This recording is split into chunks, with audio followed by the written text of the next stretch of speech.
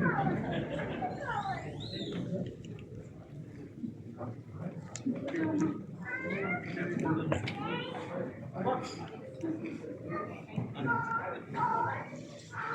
you, sir. First, the Chief Minister will speak for a few minutes, maybe 10 minutes, and then I request Mr. Srinivas to take over and conduct the session. We'll take questions from the seniors and then followed by the others. So I request the CM to please.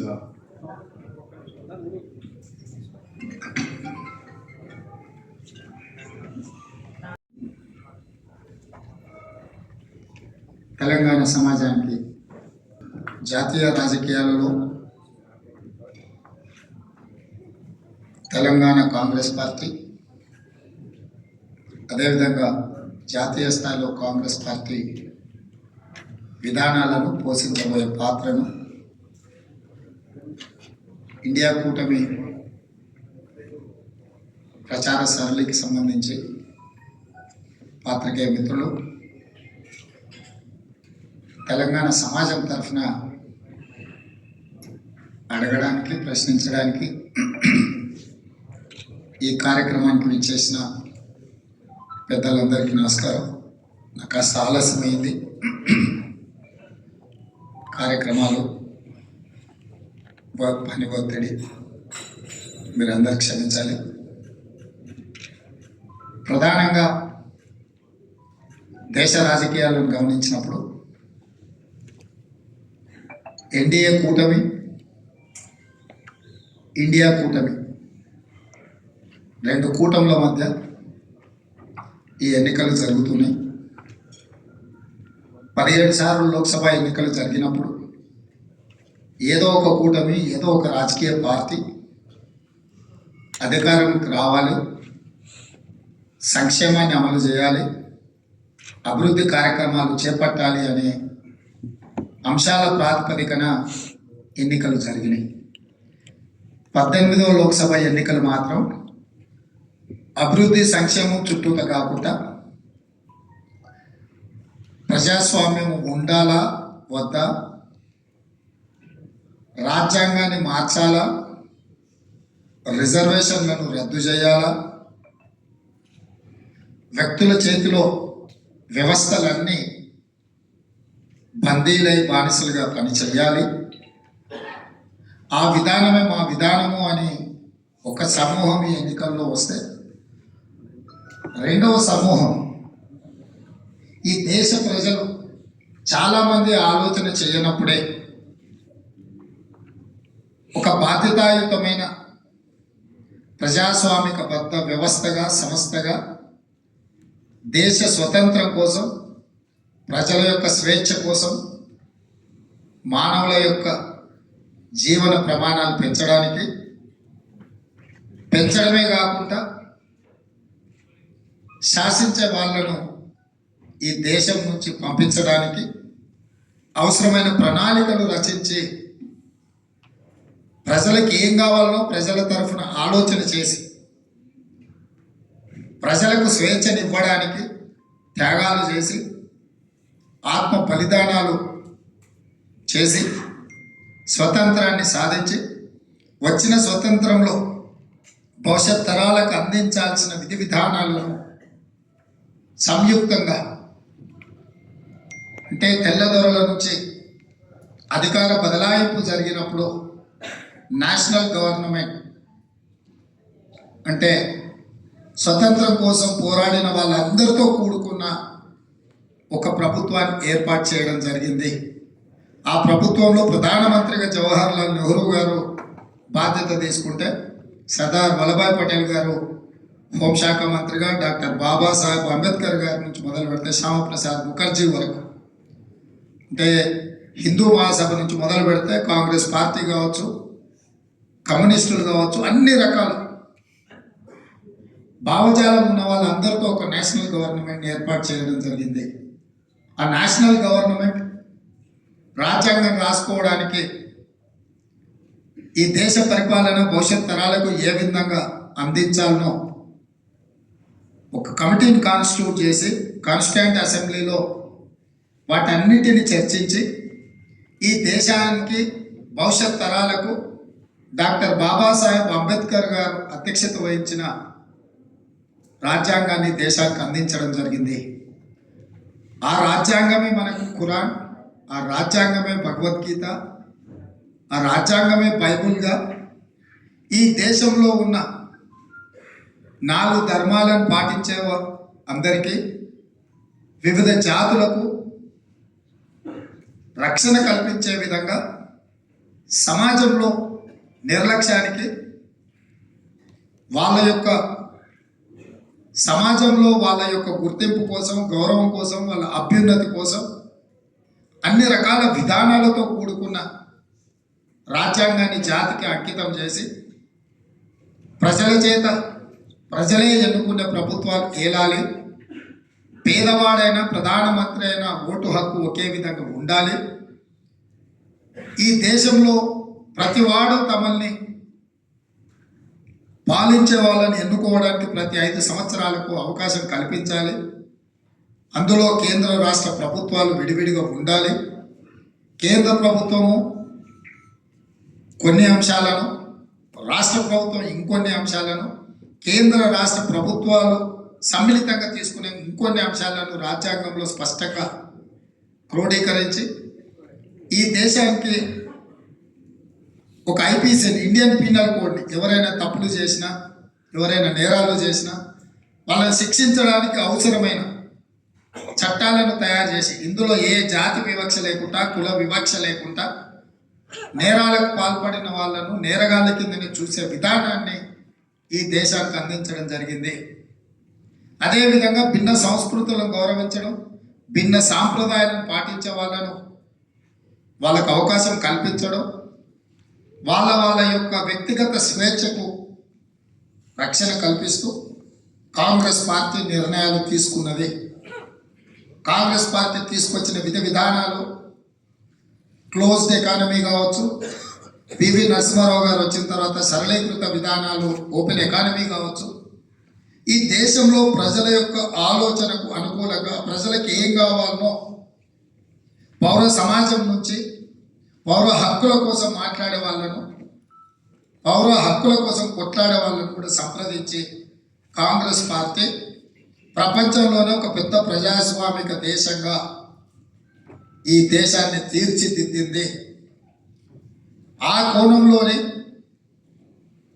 ఉమ్మడి రాష్ట్ర ఏర్పాటు ప్రక్రియలో జరిగిన కొన్ని తప్పిదాలను, 60 సంవత్సరాల ప్రజల యొక్క ఆకాంక్షను, ఈ ప్రాంత ప్రజల యొక్క హక్కులను కాపాడడానికి ఒక ప్రాంతంలో పార్టీ పూర్తిగా మనుగడ కోల్పోయి కేంద్రంలో అధికారం పోయి తెలంగాణలో ఒడిదుడుకులు ఎదుర్కొన్నా కూడా ప్రజల యొక్క పోరాటానికి, ప్రజాస్వామిక విలువలను కాపాడడానికి తెలంగాణ రాష్ట్రం ఇవ్వడం జరిగింది.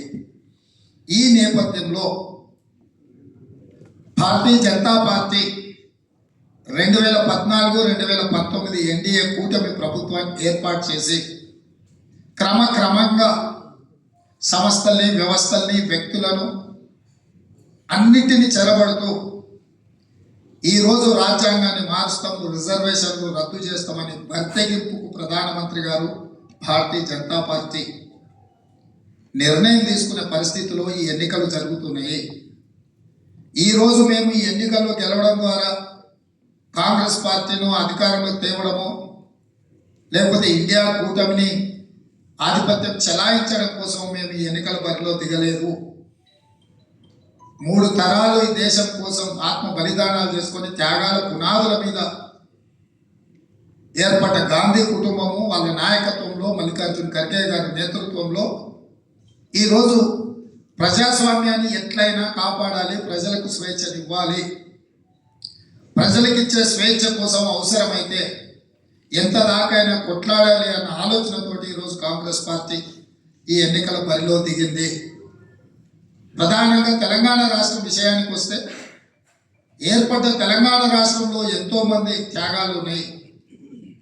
ఒక రాజకీయ పార్టీ ఈ త్యాగాలను అన్నిటిని కూడా వినియోగించుకొని ఈ త్యాగాల పునాదుల మీద ఒక వ్యక్తి తన రాజకీయ పార్టీని విస్తరించుకొని ఉద్యమానికి, రాజకీయ పార్టీకి తేడా లేకుండా నిస్వార్థంగా ఉద్యమం చేసిన, నిస్వార్థంగా తమ ప్రాణాలను ఫలంగా పెట్టి రాష్ట్రాన్ని సాధించిన ప్రయోజనాలన్నిటిని కూడా ఒక వ్యక్తి, ఒక కుటుంబము సంపూర్ణంగా అనుభవించి ఈ తెలంగాణ రాష్ట్రాన్ని అధోగతి పాలు చేసిన సందర్భంలో ప్రజలందరూ కూడుకొని ఇక ఈ కుటుంబము, ఈ పార్టీ పరిపాలనకు సరిపోదు అని తెలంగాణ సమాజం తిరస్కరించి మొన్న డిసెంబర్లో ఒక తీర్పు ఇచ్చింది.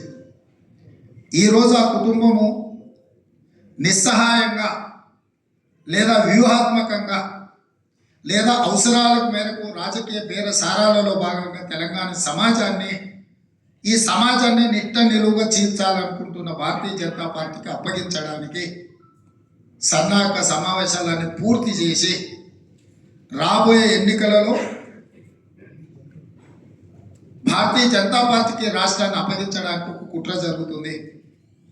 ఈ కుట్రల నేపథ్యంలో కాంగ్రెస్ పార్టీ ఎట్టి పరిస్థితుల్లో ఈ రాష్ట్రంలో భారతీయ జనతా పార్టీ ప్రవేశాన్ని నిలువరించాలన్న ఆలోచనతోటే, ఎందుకు అనంటే ఎన్నికల నిర్వహణ, రాజకీయ పార్టీల గెలుపు, ప్రభుత్వాల ఏర్పాటు ఒక భాగం. కానీ ఇందులో గెలవడానికి మతాలను విభజించడం, భాషల మధ్యలో విభేదాలు సృష్టించడం, వ్యక్తుల మధ్యలో విషం చిమ్మడం అనే విధానాన్ని భారతీయ జనతా పార్టీ ఏదైతే తీసుకుంటుందో ఇది తెలంగాణ సమాజానికి మంచిది కాదు. ఎక్కడైతే భారతీయ జనతా పార్టీ అధికారంలో ఉందో ఆ రాష్ట్రం అభివృద్ధి జరగడం లేదు. ఉదాహరణ నేను ఉత్తరప్రదేశ్ను చెప్పదలుచుకున్నా. అబ్సల్యూట్ మెజారిటీతో గవర్నమెంట్ ఏర్పాటు చేసిన ఉత్తరప్రదేశ్ ఢిల్లీ పార్లమెంటు నుంచి 25 నిమిషాలలో నోయిడా వస్తుంది.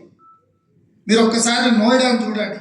పెట్టుబడులకు లేదా అంతర్జాతీయ నగరంగా పేరు పొందిన ఢిల్లీ ఎయిర్పోర్టు నుంచి లేదా పార్లమెంటు నుంచి కూతవేటు దూరంలో ఉన్నా కూడా ఉత్తరప్రదేశ్లో పెట్టుబడులు రావడం లేదు.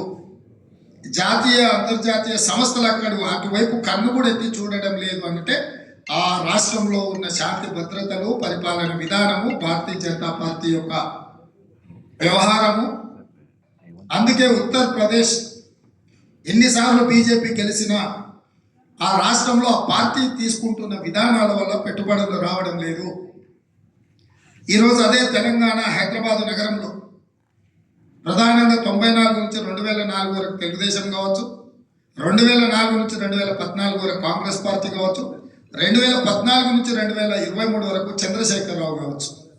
మాకు సిద్ధాంతాల పరంగా వైరుధ్యం ఉండొచ్చు, పరిపాలన విధానంలో భిన్న అభిప్రాయాలు ఉండొచ్చు. కానీ ఈ ప్రాంతంలో చిచ్చు పెట్టే ఆలోచన చేయకుండా, మతాలను విభజించకుండా, వ్యక్తుల మధ్యలో ద్వేషం రెచ్చగొట్టకుండా పరిపాలన చేసిన కాబట్టి ఈ చారిత్రాత్మకమైన హైదరాబాద్ నగరం, తెలంగాణ రాష్ట్రము ప్రపంచానికి పెట్టుబడులకు ఒక డెస్టినీ లాగా, ఒక కేంద్రంగా ఈరోజు అభివృద్ధి చెందుతుంది. హైదరాబాద్ నగరం విశ్వ నగరంగా మారడానికి అన్ని అవకాశాలు, వనరులు, చిత్తశుద్ధి, రాజకీయ లక్ష్యము, పరిపాలన సౌలభ్యం ఉన్న తెలంగాణ రాష్ట్రం హైదరాబాద్ నగరం ఒకవేళ బీజేపీ చేతిలోకి పోతే చంద్రశేఖరరావు గారు 10 సంవత్సరాలలో 100 ఏళ్లకు సంబంధించిన విధ్వంసం చేశారు. అది కేవలం ఆర్థిక పరమైన కోణంలో. కానీ భారతీయ జనతా పార్టీ ఒకవేళ ఏ మాత్రం ఈ రాష్ట్రంలో అడుగు పెట్టినా వేలు నూనుకున్నది అని అంటే ఈ సమాజమే నిట్ట నిలువుగా చీలిపోయి మధ్యయుగాల చక్రవర్తుల యొక్క పరిపాలన వస్తుంది. మధ్యయుగాల చక్రవర్తులు ఎట్లయితే నేనే రాజ్యం, రాజ్యమే నేను అనుకునే విధానం ఉంటుందో అధికారాన్ని నిలబెట్టుకోవడానికి భారతీయ జనతా పార్టీ ఎంతకైనా తెగిస్తుంది. ప్రధానమంత్రి నరేంద్ర మోడీ గారు మాట్లాడుతున్న మాటలు ఎన్నికలు వచ్చినప్పుడు వారు ఎట్లా మాట్లాడతారు అనే దానికి 2 ఉదాహరణలు నేను చెప్పదలుచుకున్నాను. 2019 ఎన్నికల సందర్భంలో వారు ఒక తీవ్రమైన ఆరోపణ చేశారు ఆర్థికవేత్త మాజీ ప్రధానమంత్రి మన్మోహన్ సింగ్ గారి మీద. మన్మోహన్ సింగ్ గారు పాకిస్తాన్తో ఒప్పందం చేసుకొని సుపారీ ఇచ్చి ఈ దేశ ప్రధానమంత్రి నరేంద్ర మోడీని హత్య చేయించడానికి కుట్ర చేసిందని వారు చేసిన ప్రధానమైన ఆరోపణ 2019 ఎన్నికలు. మన్మోహన్ సింగ్ గారు లాంటి వ్యక్తుల మీద కూడా ఇట్లాంటి తీవ్రమైన ఆరోపణలు చేసిన నరేంద్ర మోడీ గారు ఎన్నికలు అయిన తర్వాత ఎందుకు విచారణ ఇవ్వలేదు? భావోద్వేగాలను రెచ్చగొట్టడం ద్వారా, ఇతరుల మీద బురద జల్లడం ద్వారా రాజకీయ ప్రయోజనం పొందాలి, ఎన్నికల్లో గెలవాలి, దేశం ఏమైనా పర్వాలేదు అనే విధానం నరేంద్ర మోడీ గారి విధానము. ఈ రోజు కూడా వారు కాంగ్రెస్ పార్టీ మీద, రాహుల్ గాంధీ గారి మీద, కాంగ్రెస్కి ఏమాత్రం అవకాశం వచ్చిన ఈ దేశంలో వ్యక్తులు సంపాదించుకున్న ఆస్తులు అన్నిటిని కూడా లెక్క కట్టి 2 ఇళ్ళు ఉంటే ఒక ఇల్లు గుంజుకుంటాడు, మీ ఆస్తి ఉంటే మీ ఆస్తి గుంజుకుంటాడు, చివరికి హిందువుల మహిళల మెడలో ఉన్న తాళి పుస్తకం కూడా గుంజుకొని ముస్లింలకు పంచి పెడతారనే స్థాయికి వెళ్ళి ఒక ప్రధానమంత్రి గారు ఒక విష ప్రచారాన్ని చేస్తున్నారు. ఇది నరేంద్ర మోడీ గారు ఒక వ్యక్తిగా మాట్లాడితే ఒక వ్యక్తి అనుకోవచ్చు. ఈరోజు 13 సంవత్సరాలు ముఖ్యమంత్రిగా, 10 సంవత్సరాలు ప్రధానమంత్రిగా చేసి రేపు భవిష్యత్తులో 3వసారి ప్రధానమంత్రి కావాలనుకుంటున్న వ్యక్తి, పార్టీ, కూటమి ఈ రకమైన భావజాలాన్ని, ఈ రకమైన ఆలోచనను ప్రజల మీద చొప్పించి ప్రజల మనసుల్లో శాశ్వతంగా విద్వేషాన్ని నింపి ఈ సమాజాన్ని చీల్చిన సమాజంలో ఎన్నికల్లో నెగ్గాలన్న తాపత్రయము, ఆలోచన ఈ దేశం యొక్క మనుగడకే ప్రమాదము. భిన్న ప్రాంతాలుగా, చిన్న చిన్న సంస్థానాలుగా మళ్ళీ విడిపోవడానికి ఇది దారితీస్తుంది. రాజకీయంగా, ఆర్థికంగా, అభివృద్ధి పరంగా దక్షిణ ఉత్తర భారతదేశాల మధ్యలో అంతరం పెరుగుతుంది. ఉదాహరణకు గుజరాత్లో 26 ఎంపీలు ఉంటే గుజరాత్కి 7 మంత్రి పదవులు తీసుకున్నాడు, ఉత్తరప్రదేశ్కు 12 తీసుకున్నాడు. ప్రధానమంత్రి, రక్షణ శాఖ మంత్రి, ఆర్థిక మంత్రి నుంచి మొదలుపెట్టి అన్ని కీలకమైన శాఖలు వాళ్ళే తీసుకున్నారు. అదేవిధంగా తెలంగాణకు వచ్చినప్పుడు లేదా తెలుగు రాష్ట్రాలకు వచ్చినప్పుడు ఈ దేశంలో అధికారికంగా మాట్లాడే భాష హిందీ, 2వ అత్యధిక ప్రజలు మాట్లాడే భాష తెలుగు. తెలుగు భాష మాట్లాడే లోక్సభ సభ్యులు 42 మంది, రాజ్యసభలో 18 మంది, 60 మంది తెలుగు భాష మాట్లాడే ప్రజాప్రతినిధులు ఈ ప్రాంతం నుంచి ఉన్నప్పుడు ఒకటే ఒక మంత్రి పదవి ఇచ్చిండు. ఈరోజు ఈ ప్రాంతం నుంచి కేంద్ర ప్రభుత్వానికి చెల్లించే పన్నులు ₹1 మనం చెల్లిస్తే 43 పైసలు మనకు వస్తుంది. బీహార్ నుంచి ₹1 చెల్లిస్తే ₹7.06 బీహార్కు పోతుంది. రాబోయే రోజుల్లో నియోజకవర్గాల పునర్విభజన ఒక ప్రమాదము, మెడ మీద కత్తి వేలాడుతుంది. నియోజకవర్గాల పునర్విభజన ఇప్పటి టర్మ్స్ ఆఫ్ రెఫరెన్స్ జనాభా ప్రాతిపదికన విభజిస్తారు. ఆనాడు ప్రధానమంత్రులు, పాలకులు ఇచ్చిన పిలుపు మేరకు దక్షిణ భారతదేశం ఫ్యామిలీ ప్లానింగ్ ద్వారా జనాభా నియంత్రణ చేయడం ద్వారా ఈ ప్రాంత జనాభా తగ్గింది, ఉత్తర భారతదేశంలో జనాభా పెరిగింది. జనాభా ప్రాతిపదికన నియోజకవర్గాల పునర్విభజన జరిగితే ఇక మన మనుగడ, మన ఉనికి, మనం ఎవరు ఢిల్లీలో ప్రాతినిధ్యం వహించే పరిస్థితి ఉండదు. కానీ అదే కాంగ్రెస్ ఆనాడు అధికారంలో ఉన్నప్పుడు ప్రధానమంత్రి ఉత్తర భారతదేశానికి తీసుకుంటే రాష్ట్రపతి దక్షిణ భారతదేశానికి ఇచ్చేది. రాష్ట్రపతి ఒకవేళ ఇక్కడ ఉంటే ఉపరాష్ట్రపతిని ఇతర ప్రాంతాలకు ఇచ్చేది. శాఖలలో కూడా ప్రధానమైన 10 శాఖలలో సౌత్కు 4 ఇస్తే నార్త్కు 6 తీసుకునే వాళ్ళు. ప్రధానమంత్రి వాళ్ళు తీసుకుంటే కనీసం హోంశాఖ కానీ, డిఫెన్స్ లాంటి, రైల్వే లాంటి, అర్బన్ డెవలప్మెంట్ లాంటి, ఆర్థిక శాఖ లాంటి శాఖల్ని దక్షిణ భారతదేశానికి ఇచ్చేవాళ్ళు.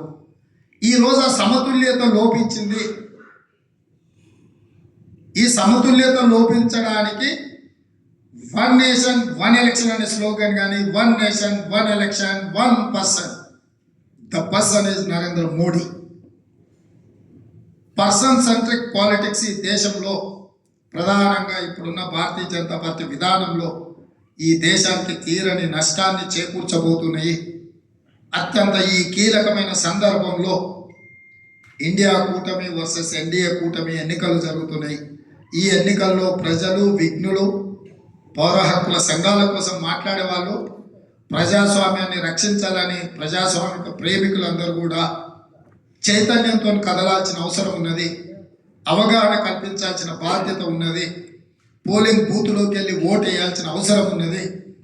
శనివారం, ఆదివారం హాలిడే వచ్చింది, సోమవారం కూడా హాలిడే అని 3 రోజులు కుటుంబంతో విహారయాత్రలకు వెళ్తే మన మనుగడనే ప్రమాదానికి దారి తీస్తుంది.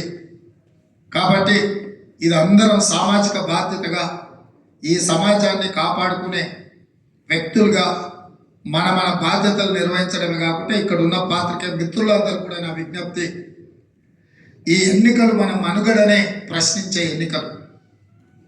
ఈ ఎన్నికల్లో ఫోర్త్ ఎస్టేట్ అయిన మీడియా కూడా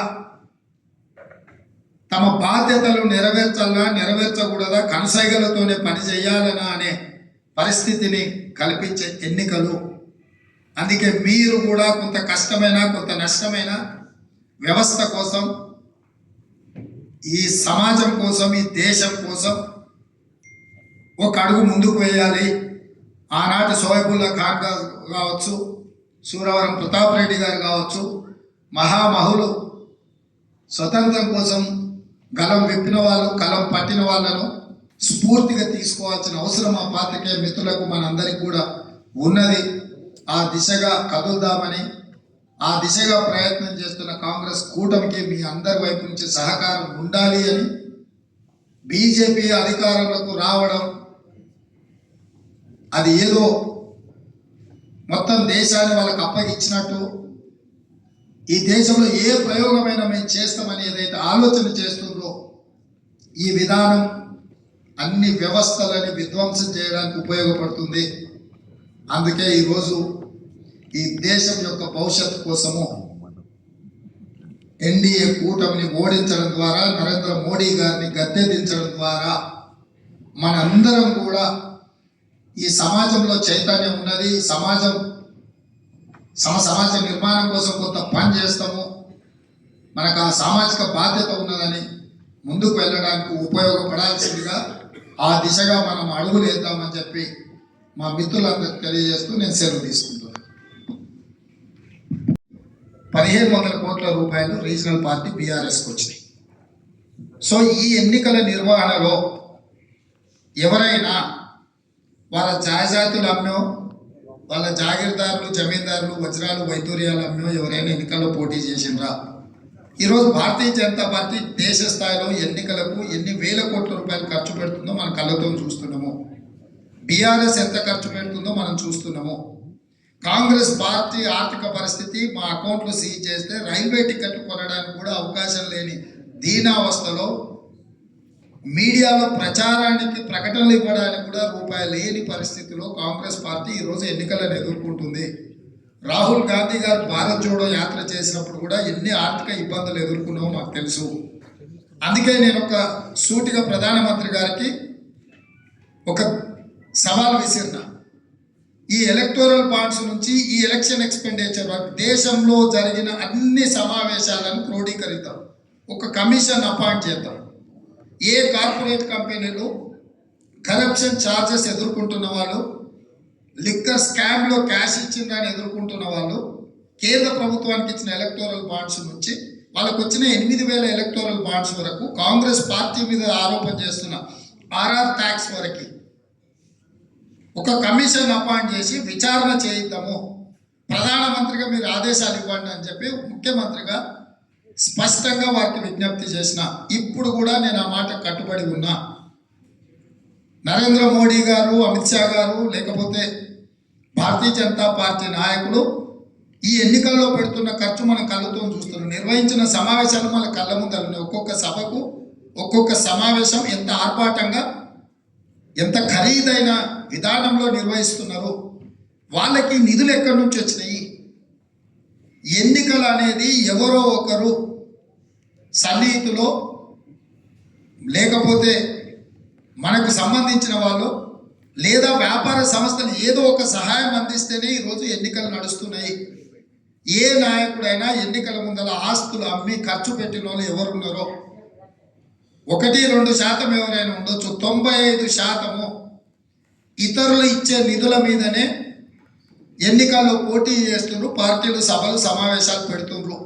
అందుకే నేను భారతీయ జనతా పార్టీ, భారత రాష్ట్ర సమితి, కాంగ్రెస్ పార్టీ తెలంగాణ పెట్టే ఖర్చుల మీద, వచ్చే సోర్స్ మీద ఒక కమిషన్ అపాయింట్ చేయడానికి నేను డిమాండ్ చేస్తున్నా. నిజంగా చిత్తశుద్ధి ఉంటే నరేంద్ర మోడీ గారు అపాయింట్ చేయాలి. ఆయన కరప్షన్ గురించి మాట్లాడినప్పుడు మా మహబూబ్ నగర్లోనే ఈరోజు మాట్లాడారు. వారి పక్కన ఎవరు కూర్చొని ఉన్నారు మీరు చూసారు. మా జిల్లాలో దొంగసార అమ్మటోళ్ళు, కల్తీ కళ్ళు అమ్మేటోళ్ళు, కాంట్రాక్టులు చేసేటోళ్ళు, క్రషర్ మిషన్ల నుంచి, వైన్ షాప్ల నుంచి వసూళ్లు చేసేటోళ్ళు, అంటే వాళ్ళ పేరు చెప్తేనే దొంగలు కూడా భయపడే అట్లాంటి వాళ్ళని పక్కన కూర్చోబెట్టుకొని వారు నా గురించి మాట్లాడుతున్నారు. నేను వచ్చి 100 రోజులు అయింది. Electoral bonds classic recent example. Electoral bonds రద్దు చేసినాక కూడా మోడీ గారు లేదు ఎలక్టోరల్ బాండ్స్ కరెక్ట్ అంటారు. రాజు నీతిగా ఉంటే సరిపోదు, రాజ్యాన్ని కూడా నిజాయితీగా నడిపినప్పుడే రాజు యొక్క నీతి గురించి చర్చ జరుగుతుంది. నరేంద్ర మోడీ గారు నేను నీతిమంతుడని వారు చెప్పదలుచుకున్నప్పుడు దేవగౌడ కుమారస్వామి గారిని చెరువు పక్కన కూర్చోబెట్టుకోవడము, మహారాష్ట్రకి వెళ్ళినప్పుడు ఏక్నాథ్ షిండేను, అజిత్ పవార్ని చెరువు పక్కన కూర్చోబెట్టుకున్నప్పుడు, అస్సాం వెళ్ళి హిమంత బిశ్వ శర్మని పక్కన కూర్చోబెట్టుకున్నప్పుడు, నవీన్ జిందల్ని కూర్చోబెట్టుకున్నప్పుడు, అశోక్ చవాన్ని కూర్చోబెట్టుకున్నప్పుడు, ఈ తెలంగాణ రాష్ట్రంలో అత్యధికంగా ఆరోపణలు ఎదుర్కొంటున్న వాళ్ళు ఈ పక్కన ఆ పక్కన కూర్చోబెట్టుకొని నరేంద్ర మోడీ గారు ఇతరుల అవినీతి గురించి లేకపోతే ఇతరుల ఎన్నికల సహాయం గురించి మాట్లాడుతున్నారు. ఈ ఎన్నికల్లో సహాయం పొందకుండా ఎన్నికలు నిర్వహిస్తున్నామని వాళ్ళైతే శ్రీరాముడిని నమ్ముతారు కదా. మన రాష్ట్రంలోనే భద్రాచలంలో శ్రీరామచంద్రుడు ఉన్నాడు. బీజేపీ నాయకులు ఎవరు వచ్చి రామచంద్రుడి మీద ఒట్టే చెప్తారు, మేము రూపాయి ముట్టుకోకుండా మా ఆస్తులు అమ్మి మా చెమటను దారపోసి ఎన్నికలు నిర్వహిస్తున్నామని చెప్పడానికి ధైర్యం ఉందా? ఒకవేళ అట్లా నరేంద్ర మోడీ గారు ఆ పార్టీల కీలకమైన నాయకులు జాతీయ అధ్యక్షుడు వచ్చి చెప్తే ఈ ఎన్నికలలో ప్రచారమే చేయని, ఎన్నికలు వదిలేస్తాను. కాబట్టి ఇతరుల మీద హోదా మర్చిపోయి కూడా దిగజారి నన్నంటే పర్వాలేదు, ఎందుకంటే నేను సమకాలీన రాజకీయాలలో ఉన్నా. రాహుల్ గాంధీ గారి మీద అవినీతి ఆరోపణలు చేయడం అంటే ఇంకా నరేంద్ర మోడీ గారు అధపాతాళానికి నైతిక విలువల్ని వదిలేసిపోయినట్టే. సర్వం త్యాగం చేసిన రాహుల్ గాంధీ కుటుంబం, రాహుల్ గాంధీ గారిని ఎవరైనా ఇతర విషయాలలో మీరు విమర్శించవచ్చు, నేను ఆ విమర్శలో మీకు ఏమైనా లాజిక్ ఉండొచ్చు. కానీ corruption charges against Rahul Gandhi family అని అంటే వేల కోట్ల రూపాయలు వాళ్ళ ఆస్తులు జాతికి అంకితం చేశారు. నేను చెప్పేదానికంటే మీరు అందరూ విజ్ఞులు, మీకు తెలుసు. ఎన్నికల కోసం గెలవడం కోసం ఈ రకమైన దిగజారుడు ఆరోపణలు వాళ్ళ హోదాకి, ఆ కుర్చీకి గౌరవాన్ని తెచ్చిపెట్టవు. ఈ